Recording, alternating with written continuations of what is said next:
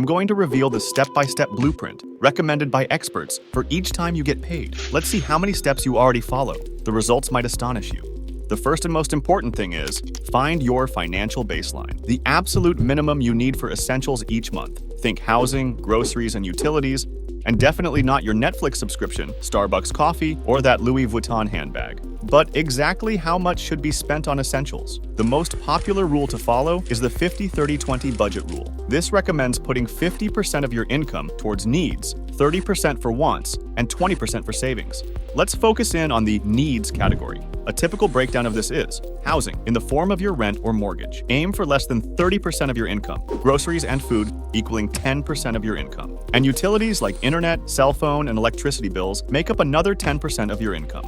This total gives you your financial baseline, the bare minimum to survive each month. Knowing your financial baseline builds the foundations for the next step. Strategically paying off your debt. There are two popular methods for this, the avalanche method and the snowball method. The avalanche method prioritizes paying off the highest interest debt first, such as credit card debt with interest rates over 25%, before moving on to lower interest loans. Mathematically, this is the most efficient and cheapest approach. On the other hand, the snowball method takes a more psychological approach, focusing on paying off the smallest value debt first, regardless of interest rates. This method may be less efficient, but it offers psychological benefits by reducing the amount of different debts you have quicker, providing little wins that build momentum and motivation. This is a great option if you're feeling overwhelmed by your debt. Let's visualize both these methods with a quick example, right after you hit the subscribe button. Here's a table with some common debts with the columns showing type of debt, amount, and the interest rate. With the avalanche method, you'd be paying off the debt in order of highest interest rate to lowest. So in this case, you'd be paying off the buy now, pay later debt first, as it has a 22% interest rate, followed by credit card 2, credit card 1, car loan, and finally student debt.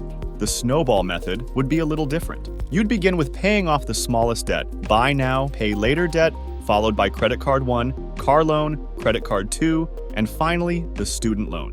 While I personally prefer the avalanche method for its mathematical benefits, the snowball method can be a great choice for those who struggle with the mental burden of multiple types of debts. After you've paid off your high-interest debt, you'll have a bit more wiggle room with your monthly income. But don't fall into the trap of lifestyle inflation by splurging on a new car or upgrading your home. Instead, prioritize building an emergency fund. Typically, it's recommended to aim to save 3 to 6 months' worth of expenses in your emergency fund. Shockingly, 56% of Americans can't cover a $1,000 emergency expense with savings. These expenses can arise abruptly, with car repairs, home repairs, and medical bills being the most common. Surprisingly, the percentage of people who have had to tap into savings to cover everyday expenses is almost identical across all income levels.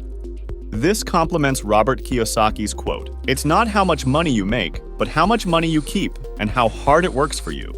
Ensure your emergency fund is always topped up and held in a high-yield savings account to earn interest even when not in use. Many firms like SoFi, Wealthfront, and American Express offer high-yield savings accounts where your money can be accessed quickly in times of emergency. Once you've filled your emergency fund, there's no time to relax. It's time to dive into the next step, which is retirement account investing. When it comes to investing, most people think of flashing screens, day trading, pump and dump schemes, and aggressive screaming.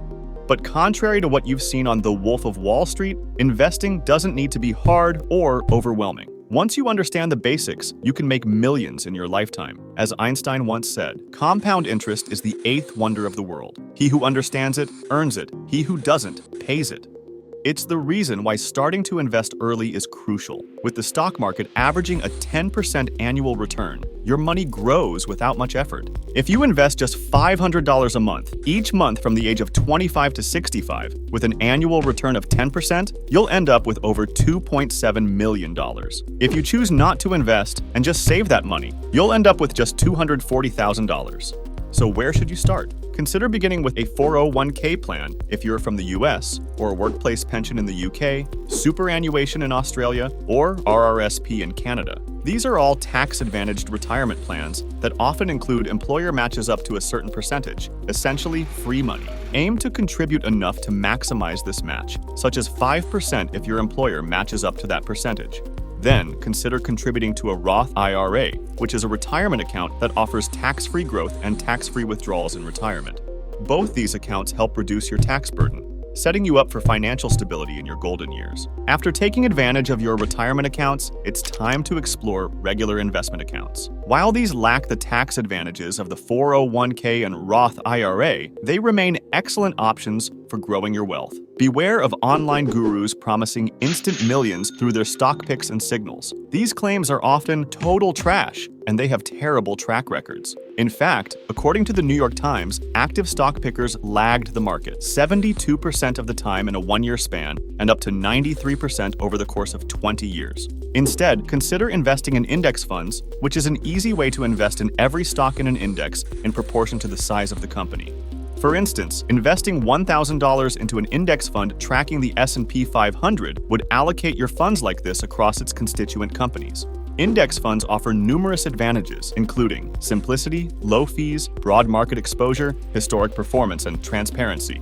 The next step of your paycheck routine, and possibly the most important, is automating your finances. I wasted years managing everything manually, paying bills, investing, and saving for a house. The problem? It drained my mental energy and time each week. In psychology, they call it decision fatigue. Basically, as the amount of decisions you make throughout the day piles up, the quality of your decisions diminishes. In the morning, you might be able to make great decisions one after another, but in the evening, after countless decisions throughout the day, mistakes become more likely. Thankfully, you can easily automate your finances to eliminate this burden. Here's how. When you get your salary, ensure your 401k contribution is automatically set up, like for 5% of your income. The remaining post-tax money will be deposited into your checking account. Set up automatic bill payments using your bank for expenses like rent, utilities, etc. Schedule another automatic transfer of money to pay off any credit card payments, like groceries, Netflix, gym memberships. The remaining money should get transferred automatically into a savings account.